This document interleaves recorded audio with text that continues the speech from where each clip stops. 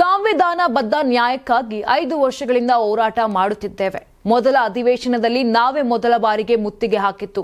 Yediyurappa CM ಆದಾಗಲೂ ಬೆಳಗಾವಿಯಲ್ಲಿ ಪಾದಯಾತ್ರೆ ಮಾಡಿದ್ದೇವೆ. ಹಿಂದಿನ ಯಾವ ಸರ್ಕಾರವೂ ನಮ್ಮ ದೌರ್ಜನ್ಯ ಹತ್ತಿಕ್ಕುವ ಪ್ರಯತ್ನ ಮಾಡಿಲ್ಲ. ಈ ಸರ್ಕಾರ ಬಂದ್ಮೇಲೆ ನಮಗೆ ಏನು ಕಿಮ್ಮತ್ತು ಕೊಡ್ತಿಲ್ಲ. ಡಿಸೆಂಬರ್ 10ರಂದು ನಾವು ಸುವರ್ಣಸೌಧದ ಬಳಿ ಪಾದಯಾತ್ರೆ ಮಾಡಲು ಮುಂದಾಗಿದ್ದೀವಿ ಅಂತ ಹಾವೇರಿ ನಗರದಲ್ಲಿ ಜಯ ಮೃತ್ಯುಂಜಯ ಸ್ವಾಮೀಜಿ ಹೇಳಿಕೆಯನ್ನ ನೀಡಿದ್ದಾರೆ. ರಾಷ್ಟ್ರೀಯ ಹೆದ್ದಾರಿಯಲ್ಲಿ ಪೊಲೀಸರಿಗೆ ಕುಮ್ಮಕ್ಕು ಕೊಟ್ಟು ಲಾಠಿ ಚಾರ್ಜ್ ಮಾಡಿದ್ದಾರೆ. ಲಿಂಗಾಯತರ ಇತಿಹಾಸದಲ್ಲಿ ನಡೆದ ಮೊದಲ ದೌರ್ಜನ್ಯ ಇದು. ನಮ್ಮ ಸಮುದಾಯದ ಸ್ವಾಭಿಮಾನಕ್ಕೆ ಪೆಟ್ಟು ಬಿದ್ದಿದೆ. ಡಿಸೆಂಬರ್ 10 ಲಿಂಗಾಯತ ಮೇಲೆ ನಡೆದ ದೌರ್ಜನ್ಯ ದಿನವಾಗಿ ಆಚರಣೆ ಮಾಡ್ತಿದ್ದೇವೆ. ಆ ದಿನದಂದು ನಾವು ಮೌನವಾದ ಪಥಸಂಚಲನ ಮಾಡ್ತೀವಿ. ನಮ್ಮ ಹೋರಾಟ ಹತ್ತಿಕ್ಕುವ ಪ್ರಯತ್ನ ಮಾಡಬೇಡಿ ಅನ್ನೋದು ಸಂದೇಶ ಮುಟ್ಟಿಸ್ತೀವಿ.